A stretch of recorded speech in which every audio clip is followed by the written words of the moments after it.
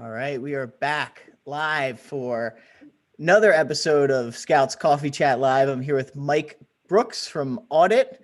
Mike, why don't you take a minute to introduce yourself? Well, thanks, James. I appreciate you guys having me. Good to see everybody. And yeah, my name's Mike Brooks from Audit, and we are a vendor in the channel.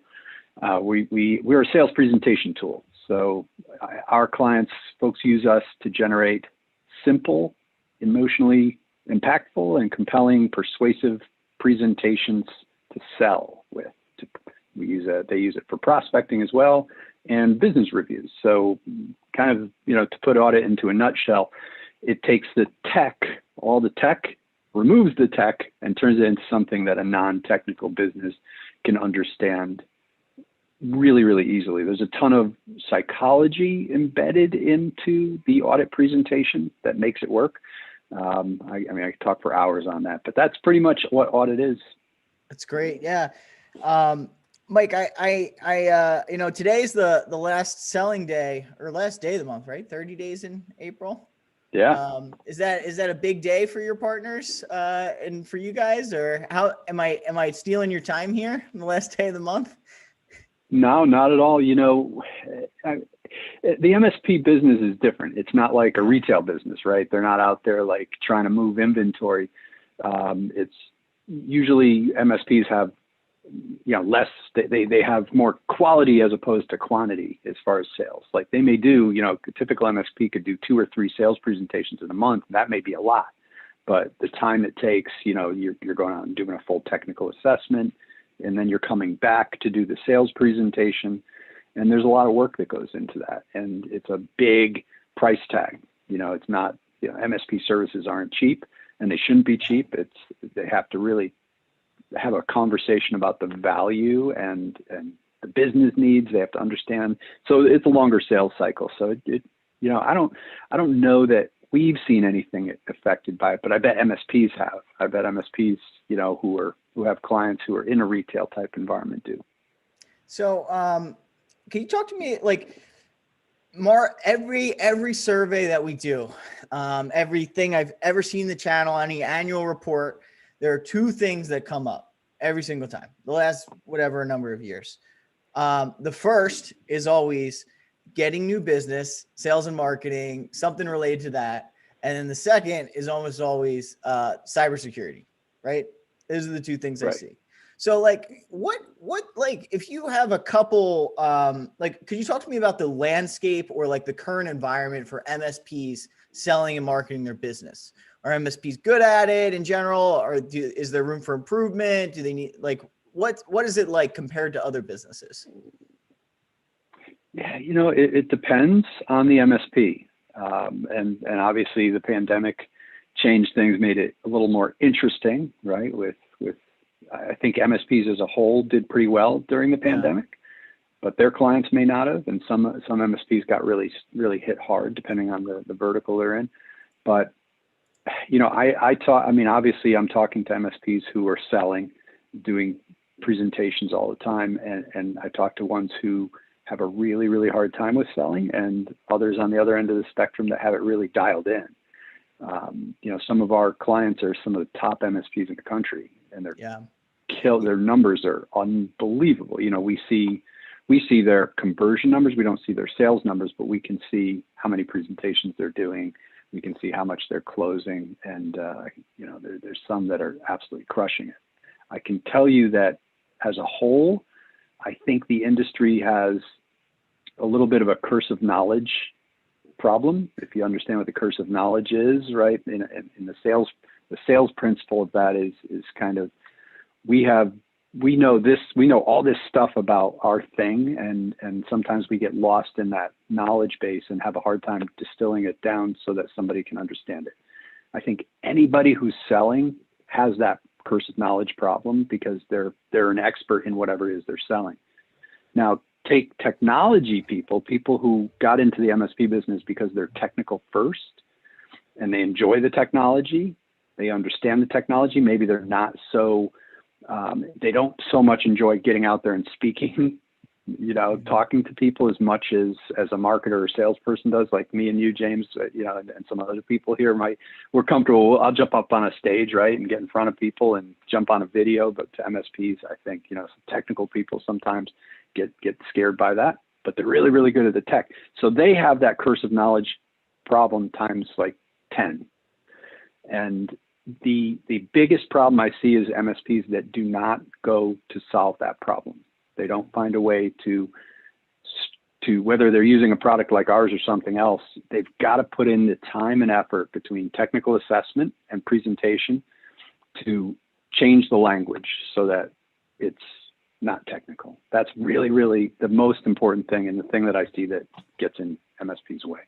Yeah, I think that there's a misconception about MSPs, and I don't think that they get a fair rap on sales and marketing, because there's this idea that someone is too technical, or the IT type, introverted type, and that person wouldn't be able to sell, which just isn't true at all. It's far from true. There's some coaching and training to get that person who's never sold before to be able to do it. But MSPs, it's one of the most entrepreneurial businesses, like industries out there. I mean, people are popping up, they're working out of their house. I mean, almost every MSP I talk to, they started out of their garage, right? And then they have a shop, they went to retail, fixing computers, they shifted, blah, blah, blah, blah. So it is possible for someone with no sales experience who started just because they were interested in computers and then started this business to go and close deals and be that person that, can go out there and do it. Maybe they are the presenter, maybe they're not. But could you talk a little bit about how you've seen people who have no sales experience really, or maybe no structured sales experience, turn into that mature MSP who's consistently closing new business and growing their business and helping their customers? Yeah, it's usually just a real simple paradigm shift where they kind of empty their cup, right? And they realize, I need to get good at sales. I need to make it simple. And I need to, and I want to touch on what you said, because it's really important. Like this industry is one of they sell the most important thing I can think of. Like, without an MSP, a business can just cease to exist in like a moment, right? With the click of a mouse. You know that better than anybody at Scout. Like, all the COVID, healthcare, remote, none of that happens without MSPs. Sorry to cut you off. Nothing happens without technology. Without the technology, technology is so important. It's the backbone. It's the structure of the business, right? Like I always say that nothing happens until something is sold, and that is very important as well, right? Like, if you don't have customers, you don't have anything else. I put that way up top. But if the technology in a business gets a hiccup, it has crippling and rippling effects.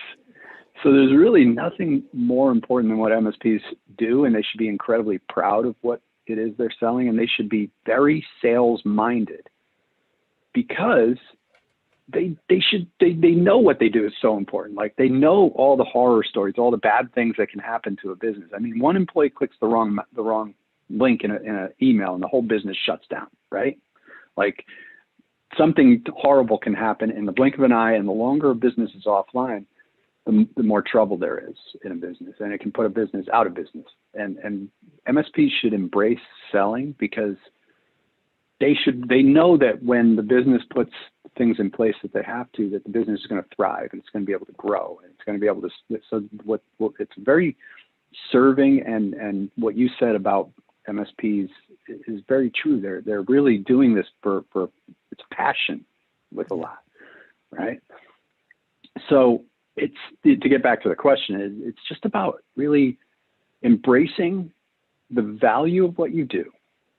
That you don't want to be the MSP that's racing to the bottom. What I mean by that is, you go into a prospect and the prospect says, we're paying, $500 a month. And you look around and you go, you should be paying, you're thinking to yourself, you should be paying $5,000 a month. This is why you're looking for a new MSP. You're being underserved. But to the business, they're thinking, we're paying $500 a month and we want to spend less than that. And we hate our MSP. We're always mad at him. So you come in and do it for less, but do it much better. And they don't see what it takes, what they need. They don't understand it. And the only way to make them get away from the price, everybody makes a decision on a point of reference, right? And if you don't give them that point of reference, they're going to make up their own point of reference. So what a business point of reference is, when they don't have their own, when they don't understand it, is price, and they want the lowest price. So the MSPs have to get away from that competing for the bottom type of client and educate them.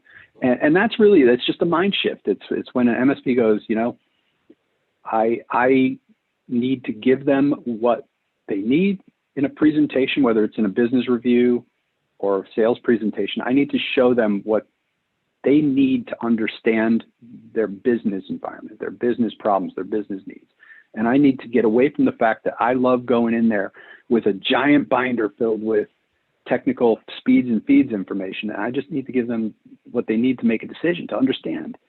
Yeah. Red, when yellow, they green. do that, I just really, how can I make this as simple as possible? And I've seen that paradigm shift in MSPs, and they just go off and running. And I've seen MSPs who just go and they'll look at something like our tool is really, it's a scaled down presentation. It's only 28 pages at the most. And they look at it, they go, but I need to put more stuff in here. I need to give them, my clients want more stuff. And no, they don't. They just want to understand what you're talking about. They want to be able to make a good business decision, be confident about that decision. So whether they're using a tool like Audit or not, like, you don't have to use a tool like Audit. You can go into your PowerPoint, Word document, whatever, graphic designer. You just have to take that information that you've got, that book of stuff, that giant speeds and feeds, and analyze it, right? That's your job as MSP. Analyze it, decide what it means for the business, translate it into their language. So just to have to empty that cup, right? And yeah, exactly. And Mike, we're getting short on time here. As I told you before, this is the anti-webinar. We try to keep things 15 minutes, sometimes go a little over. So I do want to get into the second part of our segment, our overrated, underrated, put you on the spot for a couple questions. But before that, I want to say that last week we had our partner roundtable, and one of our really, really good partners, one of our best partners at selling and marketing their business, stood up in front of the rest of the MSPs there and said, our process for bringing on new customers is we run the audit presentation and we take them through the scout sales process. And that was so powerful. And I was like, we need to get Mike on the show. We need to get Mike on the show. Me and you will have to talk and try and bottle that up and exactly. Get that to some other MSPs. That's awesome. Exactly. And we know it's working from stuff like that. But anyway, so let me pull up my list here. So it's simple. You just tell me it's overrated or it's underrated, and a little bit about why. So let's go right in from what we were just talking about. Having a structured sales process. Overrated or underrated? Totally underrated. Yeah, I mean that's the secret. That's if you don't have and it doesn't have to be complex. It can be really simple. It can be 4 bullet points, but you have to have some kind of process, and it's got to be repeatable. I mean, that's the thing. You've got to you're not reinventing your whole presentation process, and every time you go out and do one, it's repeatable. You can do it. You generate the same results every time. Definitely underrated. Love that. All right. So I don't know if you saw, we're doing Rebound 2021 later this month or next month, with Dan Marino. So Dan Marino, overrated, underrated? I mean, so it depends on who you ask. He never won a Super Bowl, right? And, he destroyed that poor kicker's career with the laces, not putting the laces out. Are you going to ask him about laces out? Yeah. For you pet Ace Ventura fans. Yeah. I think he was an underrated quarterback, actually. I grew up in the era of Dan. I watched Dan Marino a lot. I was not a Dolphins fan, but I watched him, and I was always more impressed with the quarterbacks on those teams who could take like a terrible team to the brink than a He's mediocre young. quarterback who wins a Super Bowl. And they do it because their defense and offense were amazing. I think quarterbacks as a whole were overrated.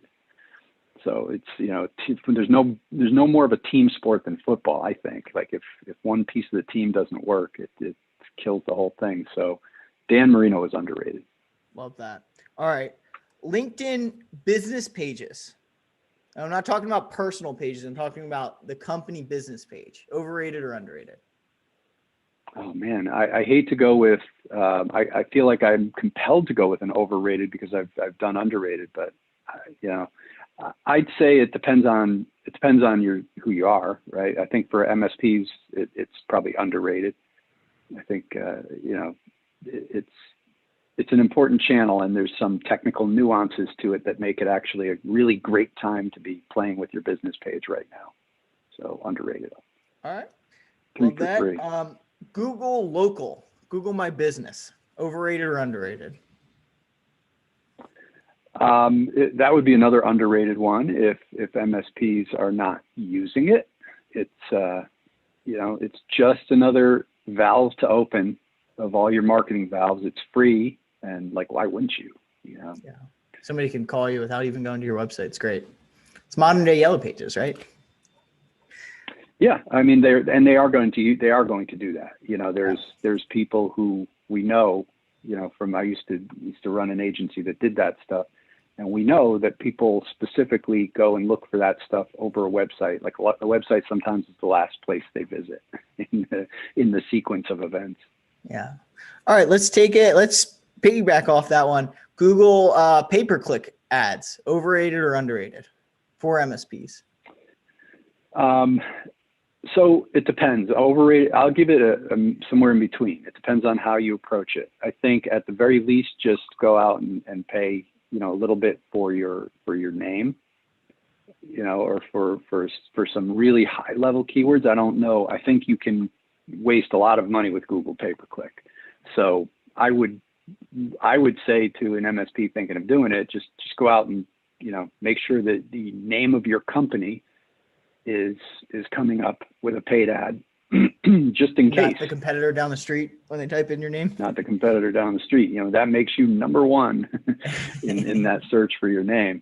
And then test it, to make sure you know what you're doing, and test what's going on. I think if you're spending, $5,000 a month and you're not getting an ROI, it may be overrated. But yeah, I think they put some restrictions on MSPs more recently too. But I think people can get around it. All right. Last two more current event type, I guess. Cryptocurrency, overrated, underrated? Man, I think it's overrated, but I've been wrong about investment stuff before. So definitely don't take my investment advice. But I think my gut tells me, like, here's the deal. First of all, 'cause I had the opportunity to buy Bitcoin, years and years ago. I know people who write about that. I've been following cryptocurrency since it was, nobody knew about it. So when you have the opportunity to buy something that you can lose everything because you lost a freaking drive, it's probably something that you should think twice about. Like, it's starting, I guess now you can buy it through brokers and things. It's a little safer. So, but that party where it's going like this is up. And I don't know who said it. I don't know where I saw it yesterday. I saw somebody commenting on the news somewhere that, that the bull market is like this market that's going straight up like crazy is probably at its ending point when you see Elon Musk, hosting SNL. Like, I think now is like a time when people are going to be jumping into that and lose a lot of money, because the opportunity is that made it so legendary over these years. Maybe that gap may be closing. So I think it's all right. Well, but I've been wrong about that kind of stuff. Many times. Appreciate the disclaimer. We're getting we're out of time here. We're 5 minutes over. I'll leave you. Do you have any closing words? Anything you want to leave the audience with? Yeah, just come chat with us. We do a live show on Fridays as well at 2 p.m. We go live 2 p.m. Eastern Standard Time. If you go to our channels, auditforit.com, you can get to our Facebook. Just look for Audit Sales Presentation System on Facebook. Connect with me on LinkedIn. I'm Mike S. Brooks on LinkedIn, and I He's go a great live person to to the follow LinkedIn on page. LinkedIn. I will. Oh, thank you, man. give So are a you. shout out there. Yeah, we follow each other. I'm always watching what James is doing as well. James, you do some really cool stuff there. Scout's doing awesome. You're doing an awesome job, and Scout's doing an awesome job. So appreciate it. Well, thank you, Mike. And I'm going to close this